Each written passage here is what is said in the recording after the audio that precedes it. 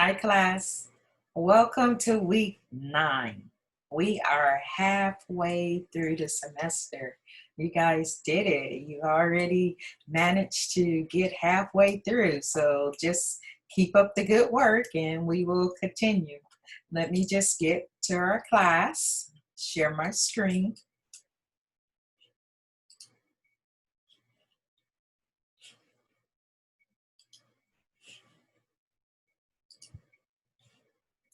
And here we go. Okay, like I said, we're in week 9. So let me just do a little quick review of week 8. I got all of your papers graded. They have been sent back to you. I'm still having some difficulty with the percentage for turn it in. The turn it in percentage cannot be over 14% or is coming back to you. What that means is you have over 14% of someone else's work inside of your work, and you can't have that much when you're having a small document. So if you're using quotations, limit your quotes to one line, one sentence. You can't have 4 and 5 sentence quotes taking up all of that space in your work, because what happens is you wind up letting the quotes speak for you when I need to hear your voice. I need to hear what you are saying. I have read the material. I understand what's going on. So don't spend so much time trying to explain that to me because I have already read that information.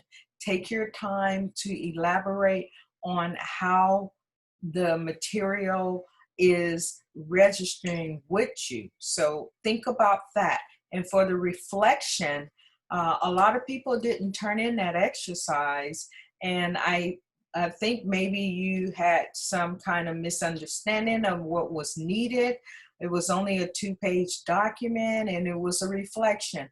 For reflection, the only thing you do is you tell a brief part about the story and then you reflect upon it some kind of way. What touched you when you were reading it? It didn't actually have to be on racism. It was a lot in there on marriage, betrayal, friendships. It was some of everything. If you ever had a friend to betray you or know somebody who betrayed another friend, that can open up some dialogue, some conversation for you to come in and talk about that experience and relate it to the text. So it wasn't a hard assignment. I'm not sure why it was such a low turnout, but I do know a lot of people turned in the extra credit. So maybe people thought the extra credit was easier than the assignment, so they decided to do that. Well, guess what? Next time I have an extra credit, students are not eligible to do the extra credit unless they have completed all of the assignments for that week. So if you are behind in assignments, you cannot use extra credit to replace that assignment. Extra credit is just that. It is extra. It is extra work that you are doing in lieu, well, not in lieu, but it is extra work that you are doing in order to boost up your grade. Extra credit does not replace a grade. It boosts up a grade that you were not satisfied with.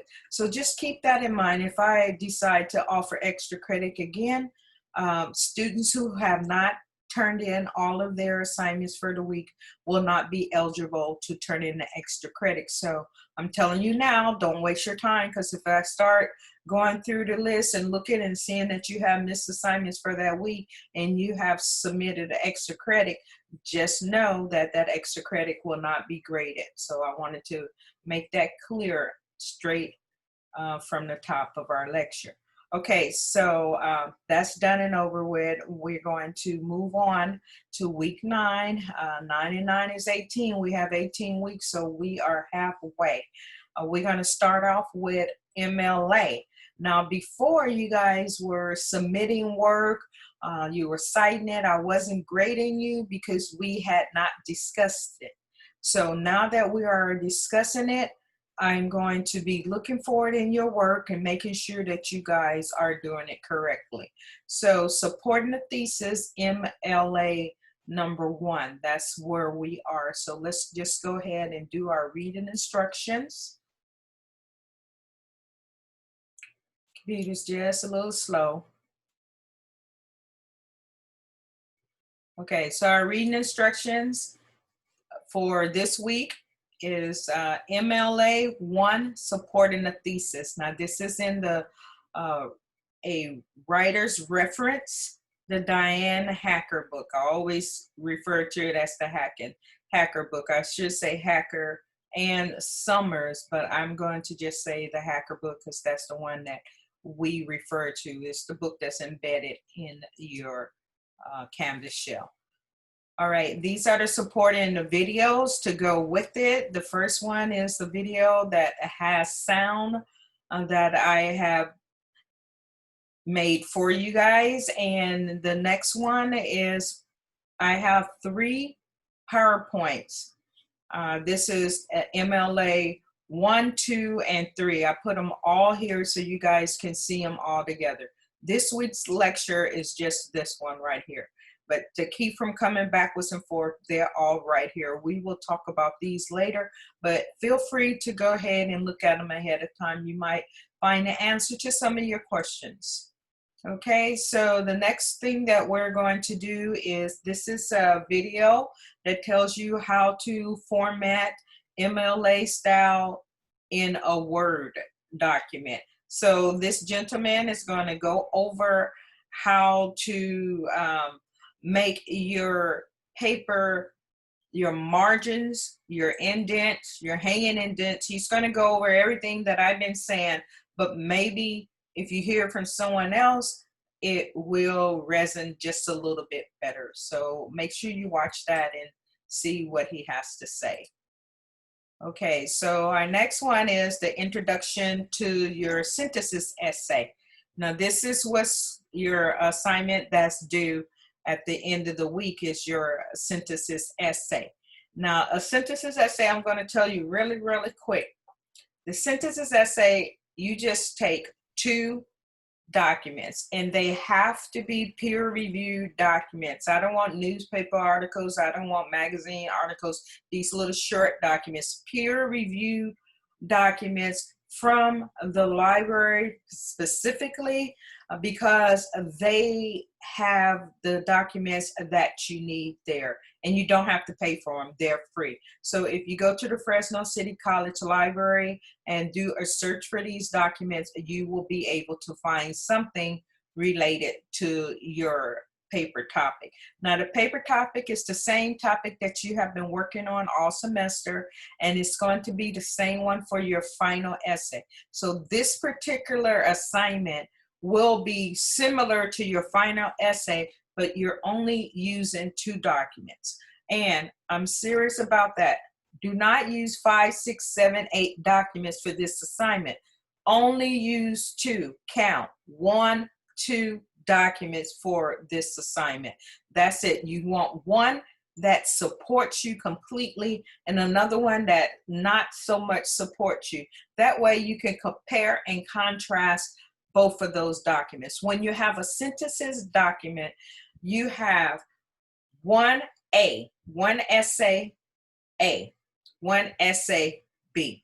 You put the 2 of them together, and somewhere in between the 2 of them is going to be your new document, C. A and B together makes C. Your new document will be document C. So you're taking 2 articles. I'm making this as clear as I can be. 2 peer-reviewed articles, scholarly articles, 2 of them.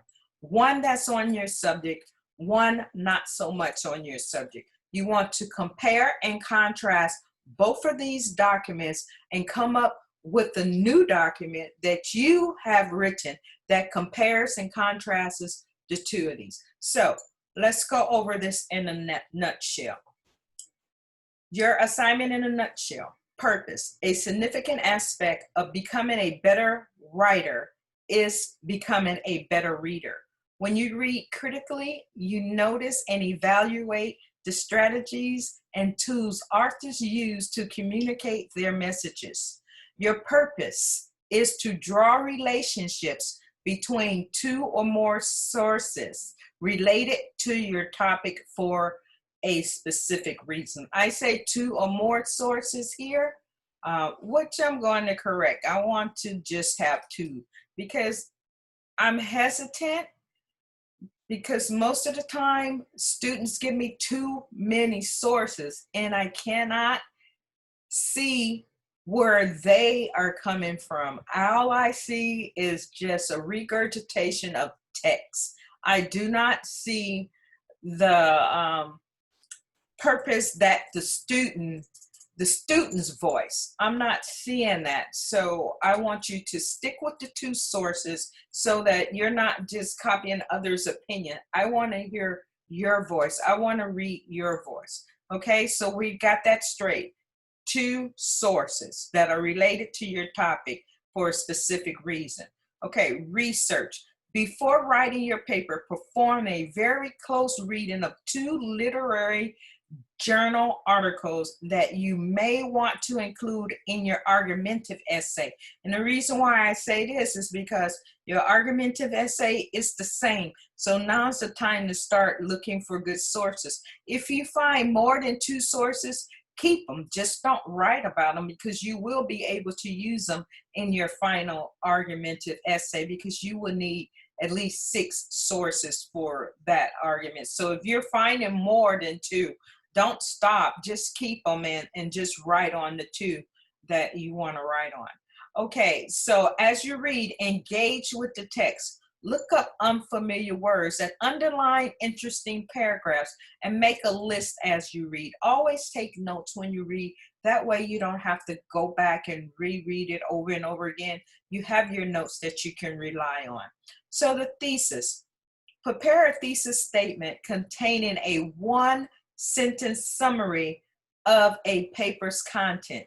It is similar, actually, to a paper's conclusion, but it lacks the conclusion's concern for broad implications or significance. So your thesis, your introduction to your thesis is the same as your conclusion.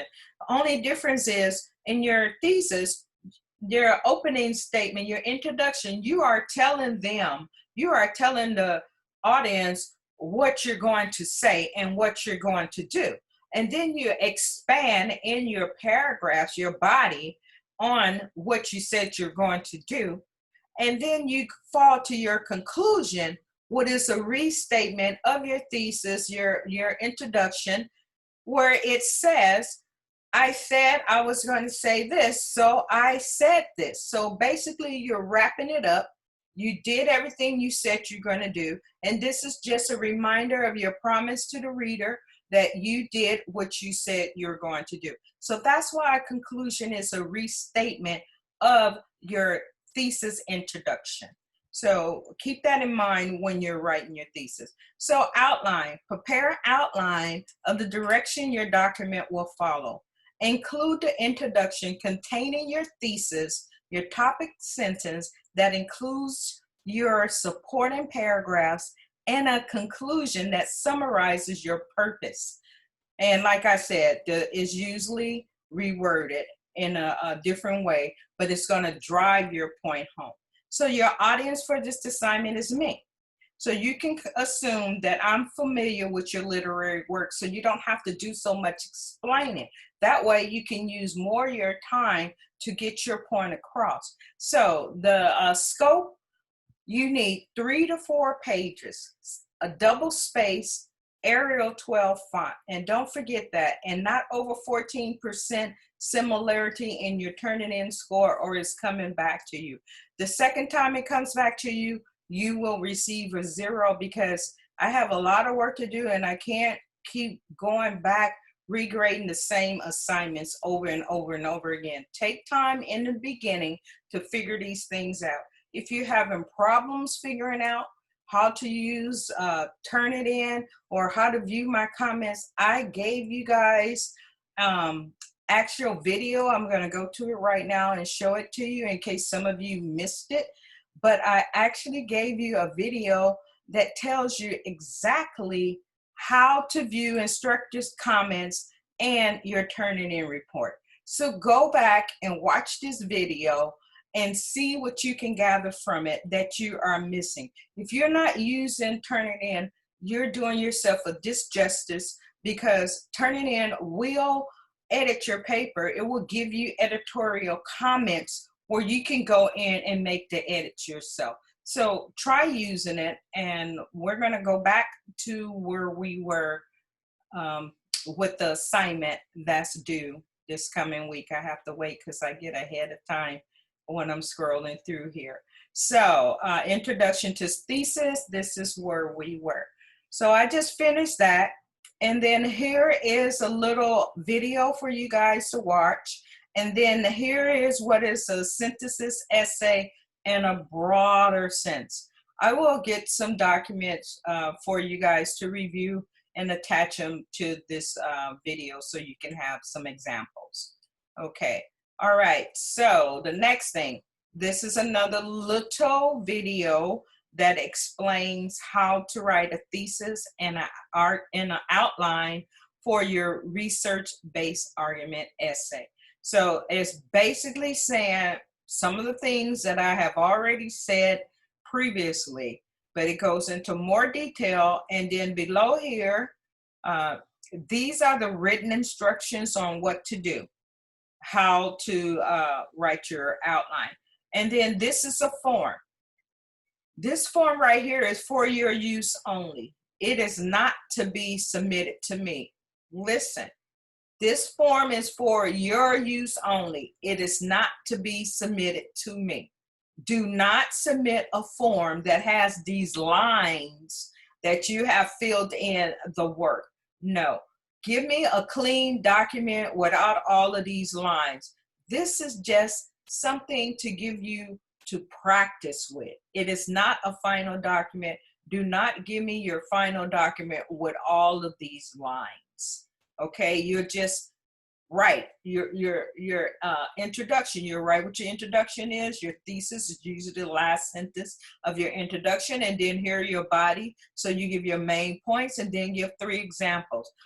Main point, your next main point, 3 examples. And the same thing, it goes on, and then you give your conclusion. So don't try to write a whole big document, 4 or 5 pages, because an outline is usually just 1 page. It's really simple. It doesn't take a lot of space, and it doesn't take a lot of time. It's just to give the reader some kind of idea of what your paper is going to be about.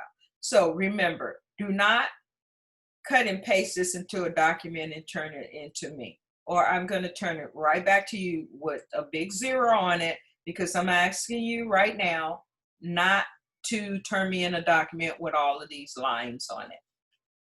Okay, so next we have your sense impression, which is the circle, and you're going to see 2, because I got a email from a student that said she wasn't able to view the icon. It was just that little green dot that's in the corner, little green square. So I put it on here again. Look through Chrome when you're looking at it, and maybe you're C2, maybe you're C1, I'm not sure, but it's there for you. So just look at it, see what you get out of it. It's kind of pleasurable. It's a little different from the black and white one that was making you guys go blind last week. So kind of look at it and see what you see. See what you can get out of it. And it's the same thing. How does it appeal to your senses? Either it does or it doesn't. So one way or other, just find conversation to write about. And you guys have been getting really, really good with your writing. I've been really impressed with a lot of the papers I have been receiving. A lot of you guys have been doing a lot of thinking about your writing. So it's coming along well, and I wanted to just share that with you really quickly. Okay, the next one is your journal. Your journal is School is Bad for Children. And this is a John Holt actual writing, and he talks a lot of stuff, but I gave you a couple of videos to watch, and this is just kind of to get you in the mood for what he's all about before you start reading it. It's kind of far-fetched a little bit. his ideas or what have you. But go ahead and read that and do what we normally do, our one page for 10 points, one page essay. And then we have our current event. It's gun control. And this is kind of a sad subject right now because we don't know if gun controls really will control guns. Will it control the good guys from protecting themselves from the bad guys? What is it? What is more gun control? How do we define more gun control? Because it's something, whereas usually the bad guys are not going to the store and purchasing guns. They're going in dark alleyways and purchasing what they need to purchase. So how are we helping keep guns from getting in the street by having more gun controls when the people who are actually buying the guns are the good people to try to protect themselves? So whatever it may be, whatever your thoughts are on the subject, I'd like to hear from you. So just go ahead and fill that in. And I do believe that that is it. Yes, it is. That is it for this section. So I'm going to stop sharing my screen and come back to you. Hi. Now, just let me know if you guys need any help with anything. I know I went over there rapidly, but we're getting to the point where we should be gathering this information and being able to interpret it. Now, I set a lot of student conferences last Wednesday, and I had a lot of people who did not show.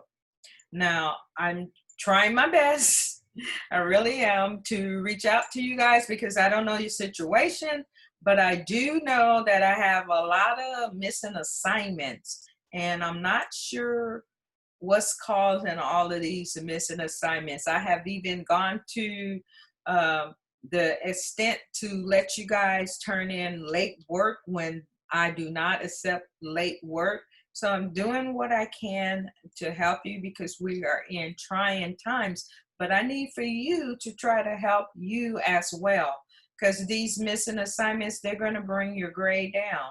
And if you want to pass this class successfully, then we have to get work done. And that's just it. So do what you can and get your papers together, get them submitted, have them reviewed, make sure that you are taking the time to have your work reviewed.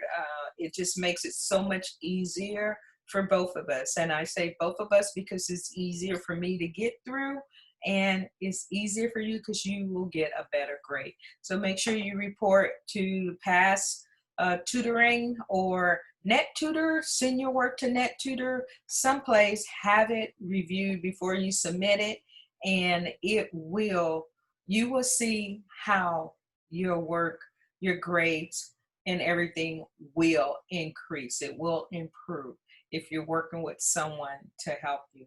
So don't forget, check out the jokes. I've been adding jokes. Someone else added some jokes, and I always get a kick when I read other people's jokes. So don't forget, check out the jokes, check out the word of the week, check out the videos that I have put up for extra help with comma splices. I'm still seeing comma splices. I'm seeing a lot of introductory clauses like when clauses. When you start a sentence with when, look for that break because it triggers a comma. If triggers a comma, as, it triggers a comma. So look for all of these things and you will be aware of it, and you will know when to insert that comma, and I don't have to keep making those little notations. So let's keep going, keep up the good work. I'm proud that you guys are halfway finished, and I want to see you on the other half with a nice grade. So turn in your work. Let's get this thing done. And you guys have a good day. Bye.